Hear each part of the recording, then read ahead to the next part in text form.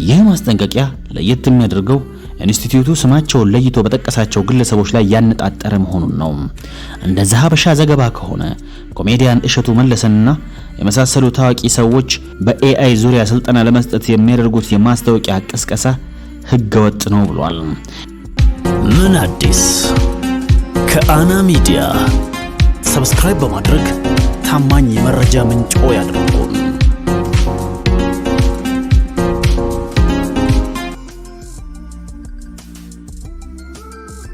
በአሁኑ ሰዓት ዓለማችን እንደ አዲስ እየቀረጸ ያለ ቴክኖሎጂ አብዮት ነው። ብዙዎች ይህን ቴክኖሎጂ እንደ 21ኛው ክፍለ ዘመን ኤሌክትሪክ ይቆጥሩታል። ከጤና ጥበቃ እስከ ግብርና፣ ከትምህርት እስከ ጠፈር ምርምር ድረስ ኤአይ የማይገባበት ዘርፍ የለም። ወደ ሀገራችን ኢትዮጵያ ስንመጣም ቴክኖሎጂው ገና በጅምር ላይ ቢሆንም ትልቅ ትኩረት እየተሰጠው ይገኛል።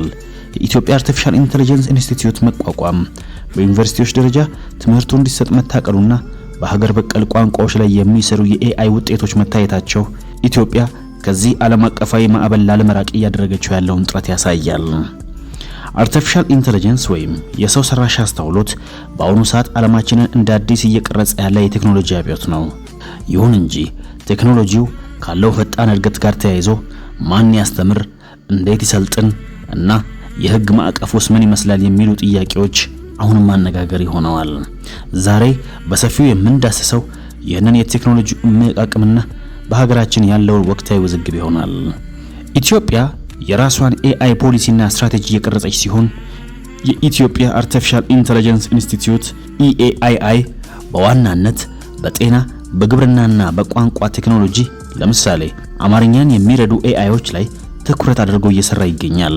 በሀገራችን ያለውን የተንዛዘ ቢሮክራሲ ለማቅለል የሰብል በሽታዎችን ቀድሞ ለመለየትና የትራፊክ ፍሰትን ለመቆጣጠር ኤአይ ትልቅ ተስፋ ተጥሎበታል። የመሰረተ ልማት ወይም ኢንተርኔትና መብራት ውስንነት፣ የባለሙያዎች እጥረትና አሁን እየታየ እንዳለው ደግሞ የቁጥጥርና የህግ ማዕቀፎች አለመሟላት ደግሞ ዋነኛዎቹ ፈተናዎቹ ናቸው። መንግስት ቁጥጥሩን ቢያጠብቅም በርካታ ወጣቶችና የግል ተቋማት በኤአይ የታገዙ የፈጠራ ስራዎችን ወይም ስታርታፕ ቢዝነሶችን ለመስራት ከፍተኛ ፍላጎት እያሳዩ ይገኛሉ። የኢትዮጵያ አርቲፊሻል ኢንተለጀንስ ኢንስቲትዩት ያለኔ እውቅና ስልጠና መስጠት አይቻልም በሚል ጥብቅ ማስጠንቀቂያ ወጥቷል።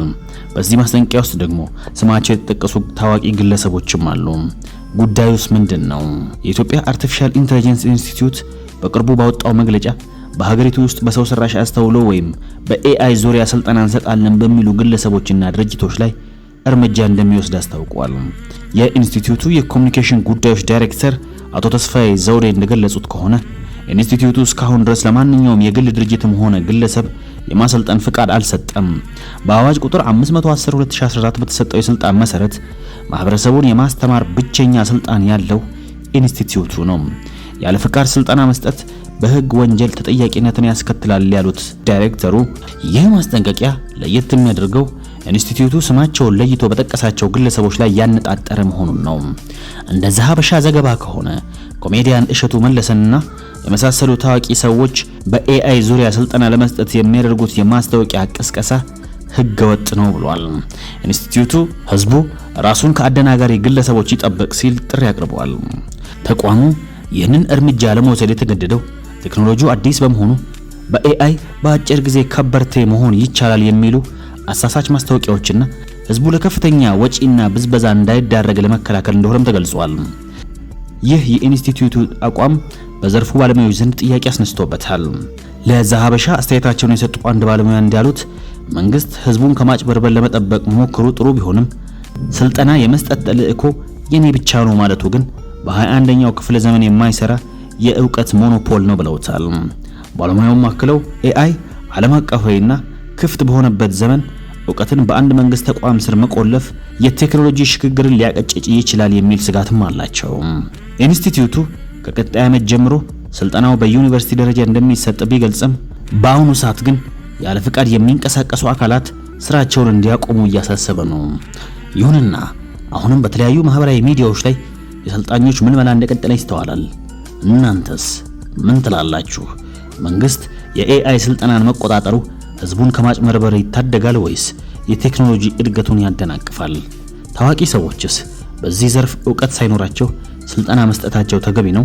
አስተያየታችሁን በኮሜንት መስጫው ላይ ያስፍሩልን።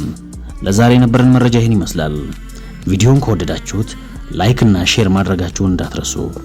ለቻናላችን አዲስ ከሆናችሁ ደግሞ ሰብስክራይብ በማድረግ ቤተሰብ ይሁኑ። ቸር ሰንብቱ።